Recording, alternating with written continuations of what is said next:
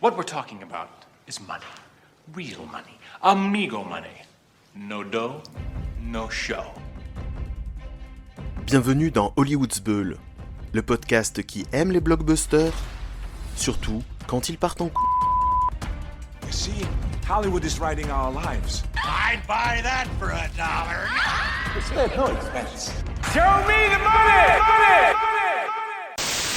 Chères auditrices et chers auditeurs, mon invité pour cet épisode, c'est Nathan. Bonjour Nathan. Bonjour. Alors Nathan, t'étais venu au début de l'année 2025 enregistrer un épisode de La Zone Fantastique sur Pompoko. Là, tu reviens discuter avec moi dans Hollywood's Bull. Je te remercie d'avoir répondu à l'invitation. On va parler d'un film avec Nicolas Cage. Alors, au moment où les auditeurs pourront écouter cet épisode d'Hollywood's Bull, normalement, vous aurez eu droit à un épisode spécial Nicolas Cage de Bizarroid. Donc c'est intéressant, on va un peu compléter l'épisode de Bizarroid avec le versant blockbuster de la carrière de Nicolas Cage, puisqu'on va parler effectivement d'un blockbuster dans lequel Nicolas Cage est en tête d'affiche, puisqu'il s'agit de L'Apprenti Sorcier, réalisé par John Turteltaub et sorti en salle en 2010. All that drivel about good versus evil. The world's about two things, power and control. Great men have always been called. This is your calling. No way. So we're supposed to save the world. Knuckle bump. Might as well.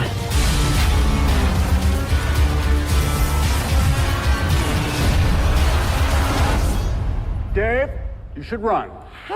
Alors Nathan, est-ce que tu réussirais à nous faire un pitch de L'Apprenti Sorcier ? Alors, je vais essayer. Pour moi, L'Apprenti Sorcier, c'est pas tellement un film qui tourne autour de la figure héroïque d'habitude, à savoir Dave, joué par Jay Baruchel, mais c'est vraiment un film autour du personnage de Nicolas Cage. C'est vraiment un film autour de Balthazar Blake, le dernier disciple de Merlin, qui va essayer de trouver le prochain élu, l'héritier de son maître pendant un millénaire avant de tomber donc sur ce fameux Dave. Et il va essayer du coup de l'entraîner pour qu'il puisse enfin réussir à battre Morgan, l'ennemi sempiternel de Merlin. Donc voilà, un film d'action et fantastique comme on les connaît. Voilà, ouais, de l'urban fantasy, on peut dire ça. Voilà, c'est Hollywood qui s'essaye à l'urban fantasy, à essayer de placer une mythologie du fantastique, de la fantasy et du merveilleux dans un décor contemporain et urbain. Donc là, on est en plein New York, donc le New York de la fin des années 2000, début des années 2010. Ça prend pour prétexte la mythologie arthurienne avec Merlin, avec Morgane. C'est la demi-sœur de Merlin, je sais plus exactement quel est le lien. Non, c'est la demi-sœur d'Arthur. Oh, je sais plus exactement, désolé les auditeurs. Bon, faudra qu'on révise notre mythologie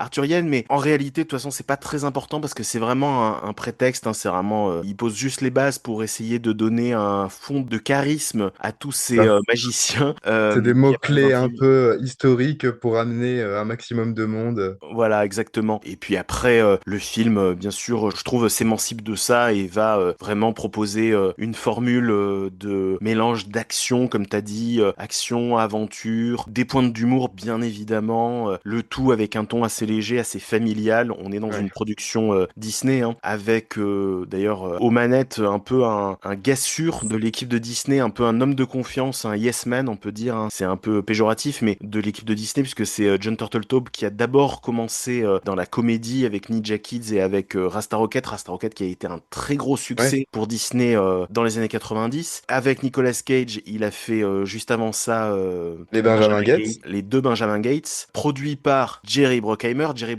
qui là aussi rempile avec Turteltaub et avec Nicolas Cage.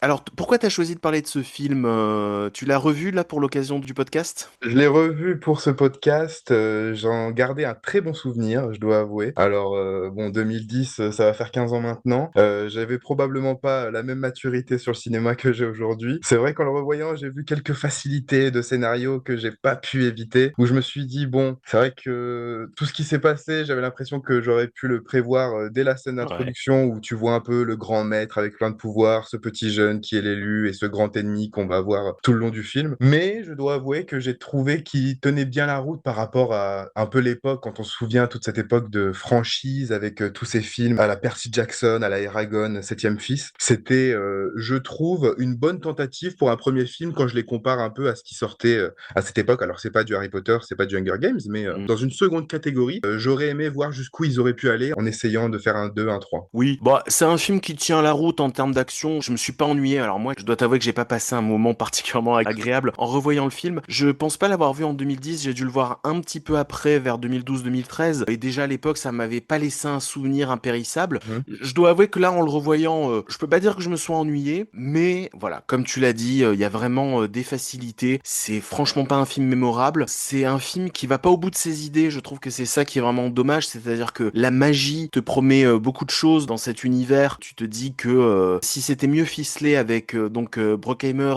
à la production, on pourrait avoir un film d'action dans lequel la magie va vraiment apporter quelque chose d'original et va vraiment renverser les situations. Et puis finalement, bon, c'est quand même assez déceptif de ce côté-là. C'est un peu le problème de la facture du film et de l'emballage du film, c'est-à-dire que on sent qu'ils veulent rester sur un film qui est vraiment axé sur un jeune public, en tout cas qui ne dérangera pas le jeune public. La limite du film, elle est là aussi dans le ton, dans l'humour. Quand t'es adulte, je trouve que c'est quand même très difficile à supporter. Et au-delà de ça, je trouve que la facture visuelle du film, en plus, elle est pas extraordinaire, quoi. On se plaint parfois de films aujourd'hui qui sont techniquement pas extraordinaires et pas très mémorables sur le plan graphique. Je trouve que c'était déjà le cas, tu vois, il y a 15 ans, on a Mhm. un peu l'impression d'avoir un peu un blockbuster de seconde catégorie. C'est quand même un film qui a coûté 150 millions de dollars, hein. C'est pas le budget pour ce qui est des productions de l'époque de Bruckheimer, justement. Il sortait des Pirates des Caraïbes qui avaient coûté quasiment le double, hein. Jusqu'au bout du monde, c'était le numéro 3 qui avait coûté 300 millions de dollars. On était déjà sur des budgets à 200, 250 millions de dollars à cette époque-là. Bon, 150 millions de dollars, c'est certes un peu en dessous, mais c'est quand même beaucoup d'argent et ça pourrait permettre un spectacle assez grandiose. Et je trouve que ça fait un peu, ouais, spectacle de deuxième catégorie. Tu vas voir ce film-là en attendant le prochain vrai gros blockbuster qui va sortir dans 3 semaines. Je sais plus à quelle période de l'année il est sorti. C'était l'été, c'était un des blockbusters de l'été. Ouais, c'était un blockbuster de l'été, donc juillet 2010. Alors, je sais pas ce qu'il y avait en face quelques semaines plus tard, en tout cas, Je crois tu que vois. c'était du Inception en face, donc Ouais, ouais, c'était compliqué. La tu vois, concurrence bon, était rude.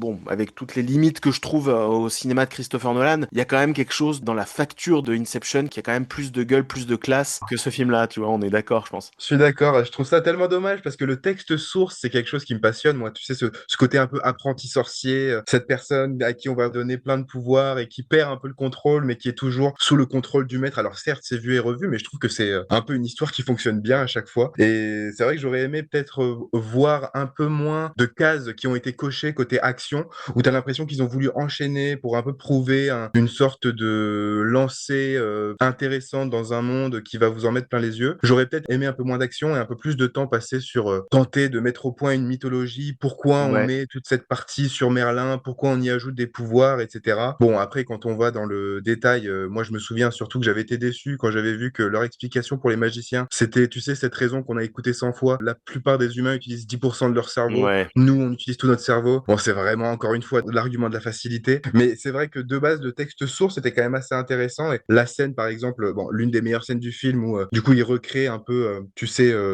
Dave, le personnage principal, qui veut utiliser ses pouvoirs, mais qui perd le contrôle en nettoyant sa salle. C'est la scène, du coup, exactement qu'on retrouve dans Fantasia. Tout le film, un peu, se construit autour de ça. T'as l'impression, ils essaient de rajouter des petits éléments autour, mais il y avait quelques éclats, un peu, je trouve, de pertinence.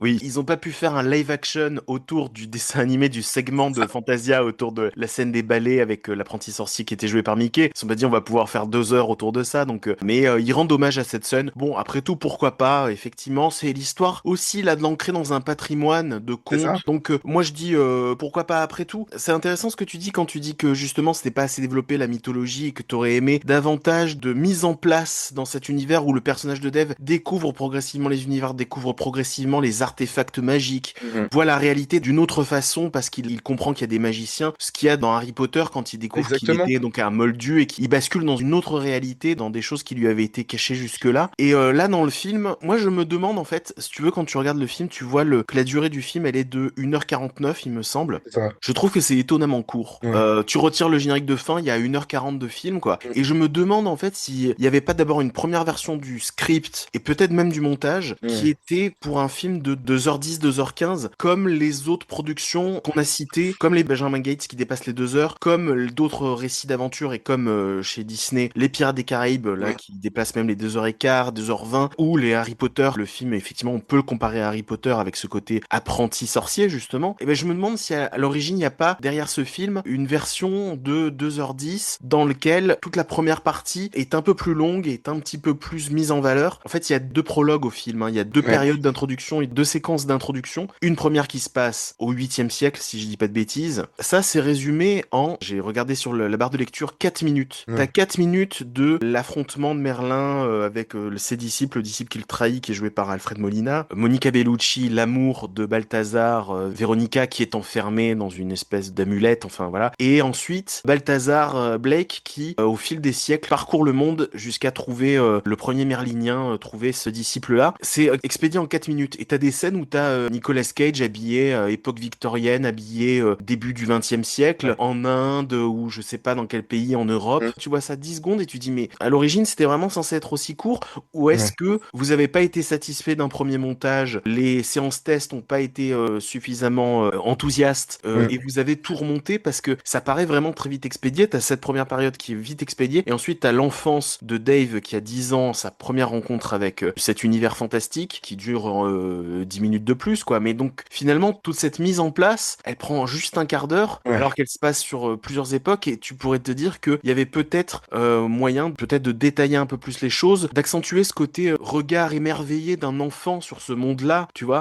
alors que là il faut vite passer à l'âge adulte de Dave qui est étudiant, qui a 20 ans. Je suis pas sûr que ce soit forcément un très bon choix d'avoir fait ça comme ça. Et Ouais, je suis d'accord, il y a un peu cette impression d'ambition avortée, comme si il s'était donné plein de moyens et sur l'écran, une fois qu'on y est, on n'a pas exactement ce qu'on attendait. Surtout quand, tu l'as dit toi-même, on entend tous ces noms d'acteurs super connus qui d'ailleurs, pour moi en tout cas, Alfred Molina et Nicolas Cage sont les grandes raisons qui m'ont fait rester pendant cette 1h50. La force du film, en tout cas s'il y en a, c'est d'avoir justement tourné tout ce monomythe, non pas autour de la figure centrale, le Harry Potter, mais autour vraiment de Nicolas Cage, qui était le personnage le plus stylé. Donc c'est pour ça que je pense que j'ai réussi quand même à trouver un peu de divertissement. On voit un Nicolas Cage qui est pas du tout dans ses excentricités d'habitude, même si je trouve il a un personnage extrêmement excentrique. On a un magicien quand même extrêmement vieux de plus de 1000 ans, face à un Alfred Molina qui est fidèle à lui-même, avec tout le gravitas qu'on lui connaît. Et je trouve que ça marche assez bien. je suis d'accord parce qu'il est un peu étrange, Nicolas Cage. En même temps, il est assez en retenue. Exactement. Il reste flegmatique, très flegmatique. C'est un Nicolas Cage qu'on voit parfois en interview. Donc là, on entre dans le sujet Nicolas Cage, mais t'as des archives de Nicolas Cage dans les années 80-90 où il pète les plombs sur les plateaux télé, il se met à danser, il se met à crier. Mais t'as aussi des interviews plus récentes de Nicolas Cage où il est très calme, il lève un sourcil comme ça, dubitatif quand on lui pose une question. Il est capable de raconter un truc complètement barré. Le public se marre et il reste très très impassible avec juste le coin de la lèvre qui se soulève, un humour pince sans rire quoi. C'est assez savoureux. Je pense qu'on a souvent l'image de Nicolas Cage comme d'un mec, on va pas essayer de coller des étiquettes, de psychologiser le cas de Nicolas Cage en pensant est-ce qu'il est bipolaire, est-ce qu'il est probablement, est-ce qu'il a des troubles, tel ou tel trouble, est-ce qu'il est complètement fou, est-ce qu'il se donne un genre. Mais en tout cas, il peut faire preuve d'une redoutable intelligence dans sa façon de se présenter au public. À mon avis, c'est beaucoup plus maîtrisé qu'on le pense. C'est pas du tout le fou ingérable et c'est ça que je trouve très savoureux, c'est cette espèce de latence où tu te demandes à quel moment il va se mettre à être exubérant et en attendant, au contraire, il reste très calme sur la réserve et là, dans l'apprenti sorcier, on est plutôt sur ce type de Nicolas Cage en fait. Ça m'a fait beaucoup penser à un de ses rôles, je sais pas si tu l'as vu, dans Pig, où c'est un chef cuisinier qui a perdu son cochon et qui part à la recherche justement de ce cochon. Non, pas un ancien chef cuisinier qui maintenant est un expert en truffes et qui utilise un cochon pour chercher des truffes. On lui vole son cochon et donc il part à la recherche. Et possède un peu ce même archétype de personnage avec ses connaissances cachées qu'il ne va pas révéler, cet aspect très précautionneux mais en même temps toujours sûr de lui. Ouais. Et j'ai trouvé un peu ce lien entre ces deux personnages et ces deux interprétations. Je suis d'accord, comme tu dis, c'est un personnage qui doit garder une part de mystère, qui doit faire très attention à pas divulguer complètement son savoir et en même temps qui doit garder aussi une distance affective avec le personnage de Dave. Et en même temps, tu sens que c'est un personnage qui a quand même un bon fond, qui a quand même bon cœur, qui a peur de s'attacher. Il y a la dimension aussi romantique du personnage, que je pense Nicolas Cage aime particulièrement interpréter, le côté héros romantique brisé. Et je trouve que ça se voyait même à l'écran, c'était les scènes où tu avais l'impression qu'il vivait le plus quand il pensait à Monica Bellucci, au personnage de Monica Bellucci. C'était la partie où il était le plus démonstratif. Et heureusement d'ailleurs, parce que moi je trouve que si c'était pas Nicolas Cage, ça l'est d'ailleurs un peu, il arrive pas à sauver complètement ça. Je trouve que ça fonctionne pas du tout quoi, cette relation. Bon, déjà moi Monica Bellucci en sorcière, tu vois, du Moyen-Âge enfermée, c'est tellement facile facile, tu vois, Ouais, ce truc. bien Bon, sûr. on la voit pas beaucoup. Et la façon dont c'est représenté au début du film, tu te dis, oh là là, sur quoi je suis tombé. Si t'es un enfant et que tu vois les choses représentées de cette façon-là, ça passe peut-être. Adulte, tu trouves ça, mais vraiment grotesque, quoi. Hein. Tu trouves Hmm. ça caricatural. Le méchant Alfred Molina, la douce Monica Bellucci, et belle Monica Bellucci, Ouais, ça a très mal vieilli, hein. Il y a quand même ouais, pas mal de facilités qui sont pas juste des facilités, mais vraiment des ouais, stéréotypes aussi. vraiment qui sont un peu même dommageables, quoi. Ouais, Là, je m'étais mis même pas mal de questions à la fin où, en fait, les personnages féminins qui sont dans le film sont quand même, pour le coup, tous liés à une histoire d'amour et à comment elles vont se sacrifier pour elles ou leur passion pour l'homme qu'elles aiment, quoi. Et donc, c'est vrai qu'on est quand même sur un film des années 2010, hein, malheureusement. Enfin, c'est ouais. quand même assez proche de ce que je trouvais quand j'allais au cinéma voir une franchise fantastique, hein. En tout cas, pour les premiers épisodes. Alors maintenant, ça passe moins l'épreuve du temps, ça je te l'accorde. Mais c'est vrai qu'à l'époque, j'avais pas forcément ce regard et je passe d'un sujet à l'autre. Mais c'est vrai que maintenant que j'y pense, une autre chose qui m'a particulièrement choqué dans ce film, c'est, t'en avais parlé un peu au tout début, c'était le mélange des genres. Et en fait, j'ai trouvé que c'était un peu un bordel des genres, si tu me permets Ouais, l'expression, parce qu'en fait, au début, tu te dis, ok, c'est un truc familial, mais il y a quand même un moment où Horvat, il tue quelqu'un, il envoie des couteaux. Enfin, il y a quand même des passages où tu as l'impression qu'ils ont voulu ajouter vraiment de la gravité et ouais. beaucoup d'enjeux très dramatiques, mais ça tombe complètement à l'eau parce que le reste, ils le traitent de manière un peu enfantine, ce qui colle au film, mais du coup, derrière, il y a toute une logique qui tombe directement, quoi. Je suis assez d'accord avec toi. C'est ce problème de ton et on a parfois des percées de violence entre guillemets, mais t'as l'impression qu'il te dit, oubliez pas que c'est un film d'action. L'adulte qui accompagne un gamin pour voir le film Mm. ou l'adolescent, le jeune adulte qui va se projeter dans Dev. On va venir au personnage de Dev, mais bon, il est peut-être encore dans quelque chose d'un peu enfantin, de quelque chose d'un petit peu léger, mais il faut quand même aussi qu'il trouve que ce soit cool, donc il faut qu'il y ait quand même de la gravité, sinon voilà, il va s'ennuyer. Et oui, je suis d'accord, le dosage fonctionne pas vraiment, quoi. Ouais. Et pour en arriver au personnage de Dev et accessoirement au personnage de Becky, alors là aussi moi j'ai un vrai problème avec ça, c'est-à-dire qu'on a donc cette génération de héros qui ont une vingtaine d'années, qui sont censés être étudiants, et là aussi je trouve qu'ils sont absolument agaçants. Dev qui est joué par Jay Baruchel. Alors cet acteur, il est typé pour ce genre de rôle, quoi. Voilà, c'est l'acteur du geek, le geek maladroit. Voilà. Paradoxalement, je pense que j'ai l'impression que le rôle qui reste le plus en tête pour le public de Jay Baruchel, en fait, c'est Dragon. J'ai l'impression que c'est son plus gros succès. C'est comme ça qu'on Ouais, l'identifie, c'est davantage vrai. que ses rôles à l'écran, même s'il a quand même une carrière assez étoffée. Bon, Mm. moi, j'ai rien contre lui, tu veux, sur le papier. Il me semble avoir vu dans des films où je l'ai trouvé assez convaincant. Là, on lui a demandé vraiment de la jouer très maladroite et à la fois, il doit s'en sortir par une petite blague. Voilà, c'est pas Peter Parker non plus. C'est pas non plus un Tobey Maguire, le Peter Parker de Sam Raimi, parce qu'on pense vraiment à ça. C'est le geek scientifique qui se Mm. retrouve à avoir un grand pouvoir et de grandes responsabilités comme dans Spider-Man, on pense forcément à ça. Il y a même des tropes qui te rappellent Ouais. aussi clairement le Spider-Man de Tobey Maguire. Pour moi, le problème c'est pas tant cet acteur-là que vraiment la direction d'acteur qui lui a demandé vraiment d'en faire un personnage. C'est à la fois le personnage principal, le protagoniste, et le comic relief en fait du duo avec Nicolas Cage. Et je crois pas que ce soit un génie comique. Si à la limite t'avais un acteur qui est vraiment un génie comique, si on était dans un film des années 80, 90, avec tu sais les grandes figures comiques de l'époque, Eddie Murphy ou je ne sais Ouais. quoi. Et encore, ça peut se discuter, ça peut être aussi très agaçant. Et un génie comique peut pas forcément sauver un film qui part à la catastrophe. Mais là, voilà, là je trouve qu'il est pas drôle, il est juste complètement agaçant. C'est un cliché de geek probablement puceau qui C'est retrouve clair. son amour de jeunesse, une fille qu'il a jamais oubliée en 10 ans. Alors peut-être que quand t'es ado, ça fonctionne ce genre de récit. Là, moi vraiment, ça m'a vraiment particulièrement ennuyé. Et face à lui, là, Teresa Palmer, qui est donc cette fille sur laquelle il a un crush depuis 10 ans, qui s'appelle Becky. Là aussi, Teresa Palmer, moi je l'ai vue dans des rôles où elle était très bien. Je me rappelle du film de Fabrice Duvels, Message from a King, où elle peut être très bien. Mais là, c'est juste la jolie petite blondinette. Pourquoi le héros geek, un peu gringalé, un peu dégingandé comme ça, il est amoureux d'une jolie blondinette aux yeux bleus? Je suis désolé, je fais pas un espèce de délit de faciès ou anti-délit de faciès, mais là encore, c'est moi voilà, j'ai Ouais, vraiment non, du mal avec ces conventions hollywoodiennes. Voilà, moi je trouve qu'aujourd'hui, tu vois un personnage comme le personnage de Becky, ça serait super si c'était elle aussi une espèce de petite geekette rigolote, quoi. Tu voudrais bien avoir sûr, une petite meuf rigolote c'est qui ça. a pas forcément ce physique-là archétypal hollywoodien. Voilà, tu te dirais, mais voilà, là on s'attacherait à elle, on allégerait un peu le trait du personnage de Dev et on forcerait un peu celui du personnage de Becky. On aurait un couple un peu plus équilibré. Ce serait super. Ouais, non, je partage ton avis. Je trouve que ça marche pas très bien. Surtout que pour Jay Baruchel, pour le coup,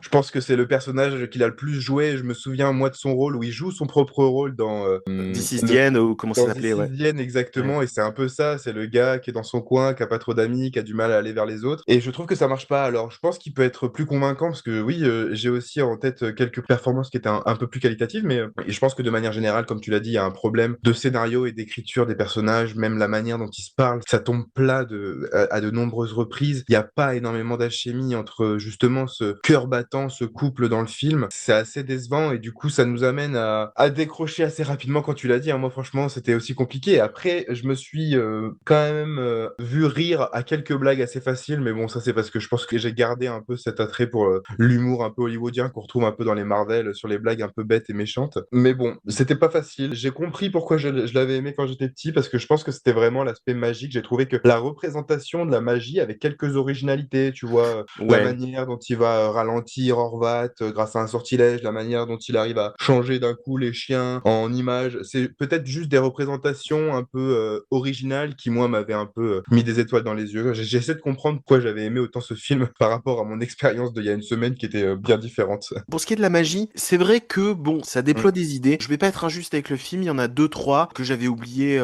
et que je revois là et je me dis ah oui c'est vrai tiens ça c'est pas mal. L'histoire des miroirs, Oui. la Mm. poursuite en voiture avec les miroirs, le dragon, ah bah ça tombe bien il passe devant une parade chinoise et Le le lent chinois, voilà, exactement. exactement, un nouvel an chinois et le dragon en papier crépon que portent les gens en faisant la parade devient un vrai dragon. C'est bien en plus, ça t'amène un dragon qui est de cette mythologie médiévale, de fantasy, dans cet univers-là. Donc le principe de l'urban fantasy, c'est de nous mettre les équivalents des dragons, Mm. les équivalents des gobelins, les équivalents des sorcières, des potions magiques, dans un décor métropolitain, on va dire. Mhm. Donc pourquoi pas. Le problème en fait, c'est que je trouve que c'est une mythologie qui est quand même mal ficelée parce que contrairement, et là on en revient à Harry Potter parce que je pense que c'est pas innocent de la part de Disney, de Bruckheimer d'avoir sorti ce film en 2010 au moment où la saga Harry Potter touchait à sa fin du côté de chez Warner. Bien sûr. Et chez Harry Potter, je dis pas que la mythologie Harry Potter est parfaitement cohérente, mais t'as des règles qui sont posées, tu connais les différentes formes de magie, tu sais comment ça se passe avec le sort que tu dois prononcer, tu dois apprendre à prononcer le sort, il y a tu vois les idées de Patronus, t'as tout le bestiaire des animaux fantastiques, etc., le ministère de la magie, enfin tu vois l'organisation politique. Là le problème c'est que toute cette mythologie, toute cette magie, il te la déverse progressivement dans le film de manière pas forcément cohérente. Tu peux pas dire vraiment qu'est-ce qu'ils sont capables de faire, qu'est-ce qu'ils sont pas capables de faire, à quel type de sort appartient tel truc. Bien sûr. Tu vois, un coup, effectivement, les loups lancés sur Dave, dont tu sais pas vraiment d'où ils sortent, deviennent des bébés loups. Et à un autre moment, il s'agit d'enfermer quelqu'un derrière un miroir. Et à un autre moment, ça, à la limite, le miroir, tu peux comprendre la logique. Mais il y a plein de trucs dont tu comprends pas vraiment comment ça s'organise. Et on t'a pas posé des règles précisément. Et tu peux pas profiter, en fait, du spectacle en te disant, ah oui, là, il est piégé parce que il est pas capable de faire tel type de sort. Et donc, le méchant a le dessus sur lui. Ou, au contraire, ah mais là, ça va être le moment où il va pouvoir utiliser tel sort. Voilà, t'as pas toutes les cartes en main. Ça, je trouve que c'est quand même un peu dommage dans l'organisation de l'action dans le film. I don't actually know who you are. Really, you don't recognize me? Are you in Depeche mode?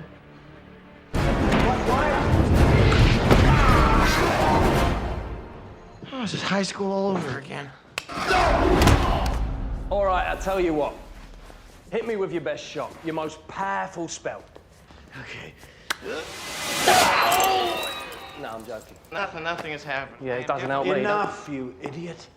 Watch the door. Ouais, c'est clair, ils ont pas tellement réfléchi à une organisation de ces sorts et c'est un peu dommage. Ils essayent, comme tu dis, plein d'idées qui sont super intéressantes et même s'il y en a quand même pas mal d'intéressantes, je me rends compte en le disant que pour une idée intéressante, il y avait 10 projections d'énergie toutes simples, donc bon, il faut aussi le garder en tête. En revanche, ce que j'ai trouvé extrêmement sympa sur la magie, c'est, je sais pas si tu l'as remarqué, c'est la présence de la ville de New York et à quel point ils ont essayé de le rendre un peu magique et ça rentre totalement dans ton idée un peu de l'urban fantasy avec quand il donne vie à cet aigle qui est en haut du Chrysler Building Ouais. à Manhattan ou quand il donne vie à ce taureau dans le quartier des affaires. Je trouvais ça assez intéressant de rendre vraiment cette ville de New York comme limite un personnage un peu de toute cette intrigue. Non, ça je suis d'accord. C'était une bonne idée de l'avoir situé là et ils s'en sortent finalement pas trop mal dans cette logique-là. Après, le problème aussi, c'est aussi le problème de réalisateur aux manettes pour ce genre de projet et qu'on n'a pas un réalisateur qui, à mon avis, l'étoffe pour essayer de transformer ça en un spectacle spectacle vraiment grandiose. Alors, il a officié aussi dans l'action, hein. Comme on le disait, il avait fait les Benjamin Gates en 2004 et 2007, juste avant ça. Moi, dans mon souvenir, les Benjamin Gates, déjà, question action, souffle épique, c'était déjà très mollasson, hein. C'était déjà Ouais, pas très réussi, hein. ouais, je Je suis garde pas d'accord. un souvenir Mm, impérissable, hein. C'était déjà assez mm. laborieux. Là, il s'en sort pas beaucoup mieux. Tu vois, la scène en voiture, la poursuite en voiture, sur le papier, tu dis putain, ça pourrait être génial, effectivement, que la magie se mêle à cette poursuite. On est piégé dans des miroirs, on doit s'en sortir. Les voitures peuvent se transformer. J'ai une vieille caisse rouillée et d'un coup, grâce à un sort, j'en fais un tank et l'autre en face peut faire, tu vois, quelque chose qui fait penser un peu à l'équivalent de la bataille dans Merlin l'Enchanteur de Disney, tu Ouais. sais, où il se transforme progressivement en animal, Mm. l'autre se transforme en souris, je me transforme en chat et compagnie. Tu pourrais avoir plein d'idées comme ça qui donneraient une scène d'action jubilatoire et vraiment spectaculaire. Et là, le problème, c'est que t'as pas vraiment un réalisateur d'action aux manettes. Et en plus, je pense que dans le cahier des charges de Disney, c'est vous prenez pas trop la tête dans les chorégraphies d'action, c'est pas très grave. La facture des effets spéciaux, des cascades, c'est une composante parmi les CGI. Il y a un dragon juste avant, il y a une boule de feu juste après, il y a un gag, il y a donc Mm. tout est un peu mélangé comme ça et on n'a pas d'exigence particulière sur le traitement de l'action. Et ça, c'est vraiment dommage parce que tu te dis que quelqu'un qui a vraiment ce talent pour manier l'action, qui est exigeant dans son découpage, dans le montage par la suite et dans la qualité des effets spéciaux, pourrait vraiment en faire un truc super. Tu vois, avec Simon, on a enregistré un épisode sur Tomorrowland, qui est aussi un film Disney d'ailleurs, de Brad Bird. Brad Bird Mhm. a vraiment ce talent, cette énergie et cette envie de jouer avec la physique des objets, la physique même de sa caméra, comme il vient de l'animation, tu vois. Il y a ce côté jubilatoire. Là, tu dis, on aurait un Brad Bird ou quelqu'un avec ce métier-là et cette inventivité-là aux manettes de l'apprenti sorcier, ce serait autre chose, quoi, je pense. T'as raison, mais du coup, en t'écoutant, je me rends compte que, bon, on est tous les deux d'accord pour dire que le film manque de fond et prend plein de facilité. Je me dis que c'est probablement parce qu'ils se sont dit qu'après Pirates des Caraïbes, où ils ont quand même fait un succès énorme en se basant sur une attraction Disney, ils se sont dit, bon, il y a un filon à suivre là. Là, on s'est dit, bon, on va reprendre un peu l'histoire de l'apprenti sorcier dans Fantasia, ça va être pas mal. Bon, manque de chance, ça a moins bien marché. Mais c'est peut-être aussi parce qu'en fait, toutes ces franchises de l'époque, elles viennent quand même de bouquins. Et donc, elles ont le temps de développer une Ouais. mythologie intense, un matériel source sur lequel tu peux te baser pour créer quelque chose qui est foison. Là, pour le coup, je pense qu'il a dû galérer et qu'il lui manquait du coup peut-être cette inventivité de l'écrivain. Ouais, peut-être. Après, c'est le travail sur ces grosses productions de faire appel à 7, 8, parfois 10 scénaristes qui passent, qui font différentes moutures du truc et qui essaient d'émulsionner chaque idée. Et là, t'as un peu l'impression qu'on est resté à une version 3, 4 du scénario et que ouais, ça suffira. Ouais, il a une bague en forme de dragon qui prend vie, c'est bon. La bataille de fin, tu sais, où c'est une bataille de Dragon Ball, hein, ils jettent des caméas. C'est Non, mais clair. tu vois, c'est difficile à revoir aujourd'hui, ça paraît un peu ridicule. Je pense Ouais. qu'à l'époque, faut se remettre à l'époque, les producteurs ont dû se dire, les gamins, ils vont adorer. Ils se lancent des boules d'énergie, ça va être la classe, quoi, tu vois. Tu le revois aujourd'hui, ça paraît vraiment ridicule et ça paraît Ouais. paresseux. Ça se résume à des boules d'énergie qu'on se jette. Et même s'il y a un petit twist dans tout ça, parce que on pense qu'il a raté son coup, mais en réalité, il utilise ses talents son savoir de scientifique. Bon, ça, c'est peut-être ce qui y a d'un peu intéressant dans le film, c'est que on Oui. a un personnage qui est scientifique et qui va se réapproprier la magie tout en gardant une part de son esprit scientifique. Ça va pas non plus très très loin en fait, hein. Clairement pas, hein. Ça s'arrête un peu. Ah non, mais nous les magiciens, on comprend mieux comment les atomes fonctionnent. Ok, Voilà, ça c'est s'arrête ça, là. c'est ça. La baguette, elle sert en fait on arrive à maîtriser l'énergie par notre cerveau puissant et il faut une jonction entre la connexion neuronale et ton doigt, donc c'est la baguette. C'est quand même très vite posé. Ça, bon, à la limite, c'est ce genre d'argument tiré par les cheveux que nous propose Hollywood. Je pense que ça aurait été compliqué de développer toute une franchise et plusieurs films avec ce postulat-là. À la limite, t'as envie de leur dire, vous prenez pas la tête avec ce genre de truc. C'est pas de rationaliser les choses, mais qui essaie de faire un parallèle entre les croyances ancestrales et les croyances modernes. Encore une fois, c'est Hmm. une logique d'urban fantasy, c'est de l'ancrer dans le monde moderne. À mon avis, ils auraient fait une franchise du film, ça leur aurait vite posé problème, contrairement là encore à d'autres franchises, les Pirates des Caraïbes pour Jerry Bruckheimer, qui se posait pas de questions, qui se passait à une autre époque et dans un monde complètement imaginaire sur les mers des Caraïbes, coupé d'autres considérations et voilà et Hmm. tourné autour d'un bestiaire, voilà. Et pour le cas d'Harry Potter, c'est pareil, au final, tu te poses pas vraiment de questions de savoir la magie, pourquoi, pour qui, comment s'organise le monde. Ça, tu peux pointer toutes les incohérences. Bon, c'est pas grave, tu rentres dans le monde d'Harry Potter et tu Ouais. laisses derrière toi d'autres considérations. Là, je pense que d'être un petit peu à cheval sur un univers complètement imaginaire et à la fois des choses qui sont très pragmatiques, moi, je pense que ça aurait de toute façon été difficile à poursuivre au-delà d'un film. Je suis d'accord, mais d'un autre côté, je trouve ça vraiment ambitieux et c'était quelque chose que, enfin, sur le papier, moi, j'ai vachement envie de voir, tu vois. En soi, avant de voir le film, je me dis, bon, j'ai un Nicolas Cage en magicien surpuissant, j'ai de l'urban fantasy, enfin, sur le papier, moi, il y a pas mal de cases qui sont cochées, quoi. Donc, je trouve que l'idée avait du potentiel, mais que ça a pas été suffisamment réfléchi, quoi. Qu'ils se sont dit, ok, mettons des explosions par-ci par-là et suivons un peu le trajet qui est bien tracé, bien balisé, en suivant un peu tout ce qui se passe dans Harry Potter, etc. On se retrouve avec un produit assez décevant à la fin et je trouve ça tellement dommage, en fait. Je pense qu'il y a quand même un potentiel raté et je trouve ça vraiment dommage. Oui, surtout que finalement, il n'y avait pas tellement d'équivalent. On a eu des propositions comme celle-là, comme Le Dernier Chasseur de Sorcières avec Vin Mm. Diesel. Comment ça s'appelle aussi Immortal Instruments, c'est ça, tu Oui. sais, qui était aussi une adaptation d'une franchise de bouquins, d'une saga littéraire, il me semble, Ouais. qui n'ont pas eu vraiment de succès. Donc, il y avait une place à prendre qu'aurait pu Ouais. prendre L'Apprenti Sorcier si c'était davantage donné les moyens, effectivement, à mon avis. C'est un peu un problème de paresse, à mon avis, ce film. Si vraiment il s'était davantage donné les moyens, peut-être qu'effectivement, ils auraient pu être la grande franchise d'Urban Fantasy pour les années 2010. Puis bon, ça s'est pas passé exactement comme ça, puisque... Moi, si tu veux, j'ai des chiffres. Moi, Ouais, j'ai un budget estimé entre 150 et 200 millions de dollars ouais, pour 63 millions de dollars de recettes aux États-Unis et ouais. 200 millions de dollars dans le monde. Ouais, donc c'est vraiment pas suffisant du tout. Non, Il c'est aurait pas du fallu tout ça. C'est un échec, hein. voilà, au moins le double, voire le triple pour Ouais. être vraiment considéré comme en tout cas, un bon lancement pour une franchise qui pouvait après grossir encore davantage par la suite. Mais donc c'est un véritable échec. Et dans la carrière de Nicolas Cage, voilà, on sent qu'on est un peu à la fin de son heure de gloire à Hollywood. Là, c'est vraiment le moment où ça commence à se battre sérieusement de l'aile. Il y a eu encore les succès du Benjamin Gates juste avant. Il avait aussi eu le premier rôle dans Ghost Rider, hein, le rôle titre pour Ghost Rider, l'adaptation Marvel par Paramount, qui avait moyennement marché déjà, mais Aussi, ouais. à cette époque-là encore, tu reviens 3 ans, on va dire, avant L'Apprenti Sorcier, on a quand même encore un Nicolas Cage qui est assez solide à Hollywood. C'est pas qu'on peut monter un blockbuster sur son nom, parce que c'est davantage effectivement sur la promesse d'une franchise, sur Mm. l'adaptation d'une licence. Mais en tout cas, il peut tenir un C'est rôle clair. titre, il peut être la star qui Mm. apporte du crédit au film, en fait. Là, on arrive en 2010, après déjà des productions assez piteuses dans la deuxième moitié des années 2000, des Bangkok Dangerous, Helldriver c'est sorti peut-être juste après, mais Next aussi, enfin pas mal de films comme ça qui sont très oubliables, qui Mhm. d'ailleurs aujourd'hui ne sortiraient même pas en salle, hein. C'est des productions qui ressemblent davantage à des productions Prime Video, Netflix ou du Ouais. direct to vidéo. Donc il s'était un petit peu égaré dans des productions vraiment pas fameuses. Là on lui faisait encore confiance pour ce blockbuster là qui a été un échec de plus. Et par la suite, les années 2010 vont vraiment être une période assez trouble dans la vie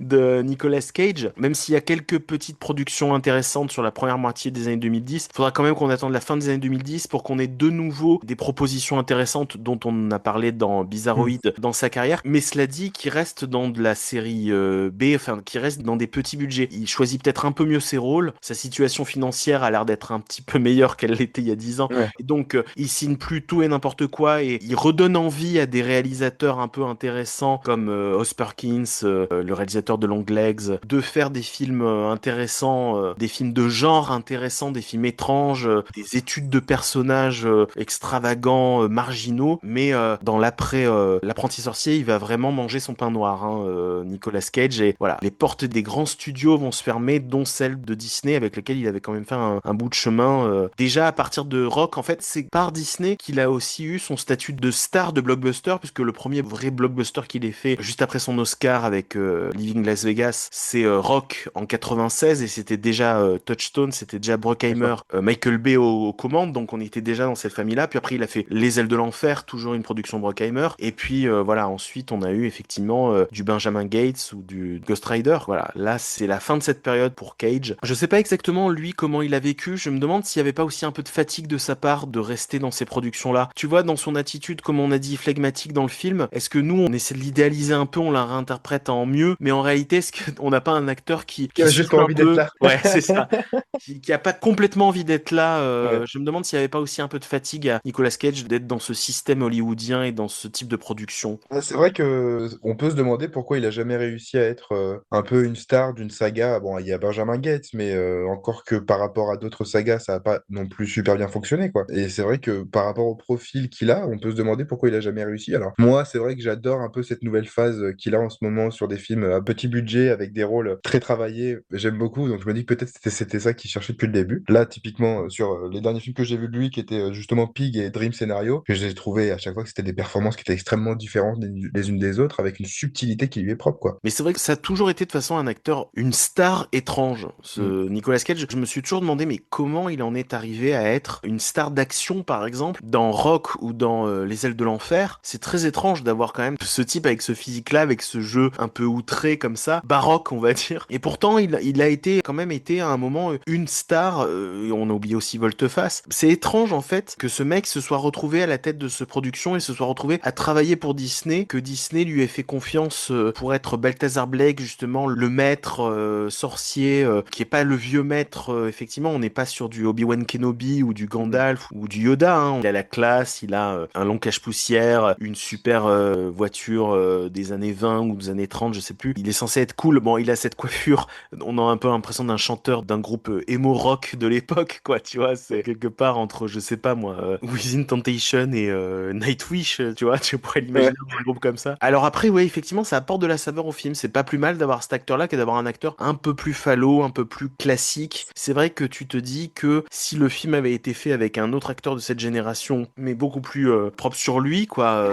Bah, ça aurait fait encore plus lisse, quoi. Donc, Ouais, ça aurait fait encore plus lisse et il apporte quand même du relief à tout ça, quoi. C'est vrai ouais, que c'est ça c'est qui est clair. intéressant. Et Benjamin Ouais, puis Gates, je c'est trouve il a pareil. une bonne alchimie avec Molina en plus. Exactement, je suis d'accord. Le côté frère ennemi qui se taquine et qui s'envoie Ouais. des vannes tout en se tapant dessus. Je suis d'accord, en plus ça fonctionne très bien avec Alfred Molina. Mais Benjamin Gates, pour moi, c'était déjà ça. Tu vois, quand tu regardes Benjamin Gates, pareil, c'est un produit très Ouais. aseptisé. Sur le papier, ça pourrait te faire rêver, hein, le côté Indiana Jones, pas de l'archéologie, mais d'une histoire plus proche américaine. Ce personnage qui est obligé aussi d'utiliser des moyens illégaux pour arriver à dérober un objet ou pour accéder à telle salle cachée dans tel monument. Sur le papier, c'est très prometteur. C'est clair. Et le film est pareil emballé dans quelque chose de très aseptisé. Ouais. Et il apporte du relief parce que tu te dis, c'est Nicolas Cage, c'est le mec un peu fou. On a dit de lui que c'était un collectionneur un peu fou qui avait acheté un squelette de dinosaure plusieurs millions de dollars, qui avait des objets ayant appartenu à Elvis, des comics très rares, un cabinet des curiosités chez lui avec vraiment des objets étranges venus du cirque Barnum. Enfin, et donc ça apporte cette saveur-là au personnage de Benjamin Gates. C'est la folie de Nicolas Cage, quoi, qui transparaît dans ce personnage. Heureusement, parce que si on avait eu affaire à George Clooney ou à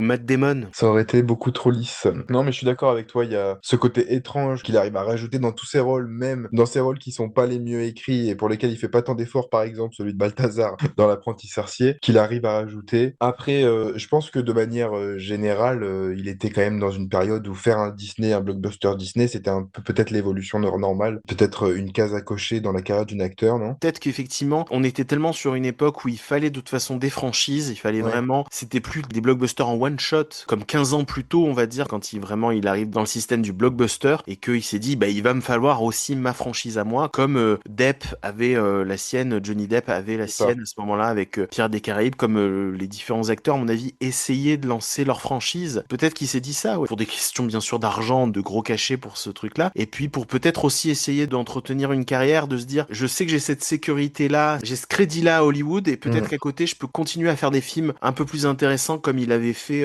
tu vois, adaptation déjà à l'époque, on le voyait Oui. déjà dans une adaptation de Spike Jonze, dans un Lord of War de Andrew Niccol. Je vais peut-être pouvoir continuer à faire des films comme ça, et à côté, garder une assise à Hollywood avec L'Apprenti Sorcier. C'est justement parce que j'ai ce succès-là au Ouais. box-office que je peux aider des petits projets à se monter, des plus petits projets à se monter. Ouais, sans doute, ouais, je pense aussi. Après, bon, le fait est que je pense, de manière générale, les personnages étaient mal écrits, quoi. Enfin, on n'est pas là pour dire qu'il y avait des mauvais acteurs. La preuve, Ah Jim non. Russell, on l'aime dans plein de choses. Alfred Molina, il est très bon. Et c'est pareil pour Nicolas Cage. Mais là, c'était des banalités après banalités, quoi. Moi, je m'étais noté quelques répliques qui m'avaient fait tellement rire, quoi. Enfin, ou des moments, des facilités où tu te dis qu'il n'y a pas trop d'effort qui a été mis là-dedans et qu'il n'y avait pas de cœur, en fait. C'est-à-dire que je pense que par rapport à une histoire, une mythologie qui va se créer notamment à partir d'un bouquin, il y a souvent un matériel source auquel tu as accroché et tu veux que derrière l'image, l'idée, les valeurs qui ont été promulguées par cette histoire aient un écho dans le film que tu vas faire. Là, tu as l'impression qu'il n'y avait pas de valeur, il n'y avait rien Ouais, derrière et du coup, on est sur une machine un peu commerciale qui je suis coche des d'accord. cases. Je suis d'accord, il n'y a pas de garant en fait. Ouais. Qui est garant de ce projet? Qui est le Mm. gardien du temple en fait de ce Ouais. projet? Même si parfois, hélas, ces personnalités-là, elles n'arrivent pas forcément à imposer complètement leurs idées à Hollywood. En tout cas, elles sont en lutte avec un Hollywood. L'auteur d'origine du projet d'origine, même un scénariste qui a un tant soit peu quand même de métier qui va aussi imposer son nom là-dedans. T'as pas vraiment de garant et c'est pas John Turteltaub, même si voilà, il a de bons et loyaux services auprès de Disney à son crédit à ce moment-là. Tu te sens pas qu'il qu'il est particulièrement attaché à ce projet-là, Non. qui va lui donner une force. Cage a dû être producteur de certains films. Oui, il avait même produit même des films dans lesquels il n'est pas, d'ailleurs, comme L'ombre du vampire, par exemple. Mais là, je pense pas qu'il soit particulièrement attaché à ce projet-là, alors que Dieu sait s'il peut être vraiment très investi dans ses rôles. Donc là, au final, qui est le garant du truc? Bruckheimer, là, il nous fait du sous-Bruckheimer. C'est pas non plus le gros producteur qui casse la tirelire pour proposer vraiment un immense spectacle. Lui-même, je pense, n'y croyait qu'à moitié. On n'a pas cité aussi, il y a quelqu'un d'assez prestigieux à la photo, c'est Bojan Baseli, le directeur de la photo. Bon, bah là, il fait ce qu'on lui demande de faire, hein. Un directeur de la photo, c'est aussi quelqu'un qui s'adapte, même si c'est quelqu'un qui a une vraie personnalité, qui a donné beaucoup de personnalité à des projets dans les années 90. On raconte même qu'il aurait sauvé des films, qu'il aurait même co-réalisé certains films, dont le Body Snatcher de Abel Ferrara, par exemple. C'était quelqu'un qui venait de la pub, qui était une sorte d'esthète de cette génération des années 80-90. Dans certains projets, il a apporté de la personnalité à certains projets, et on raconte qu'il a même sauvé des projets. Là, bon, il est un peu en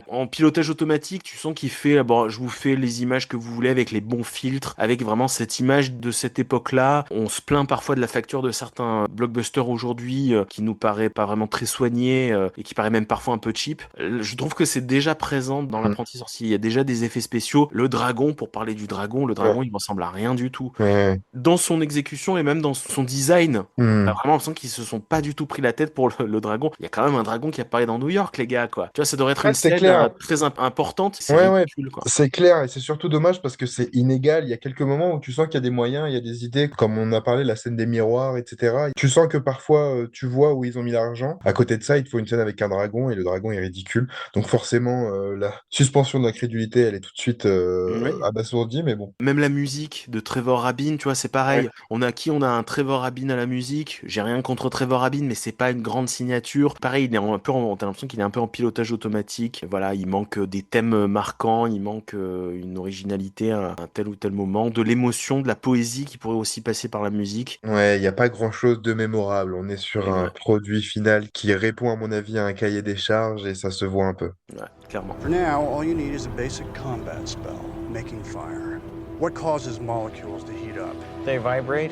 Everything we see is in a constant state of vibration, thus the illusion of solidity. But how do we take that which appears solid and have it burst into flames? We will the vibrations to go faster. Step 1, clear your mind. Step 2, see the molecules. Step 3, make them shake.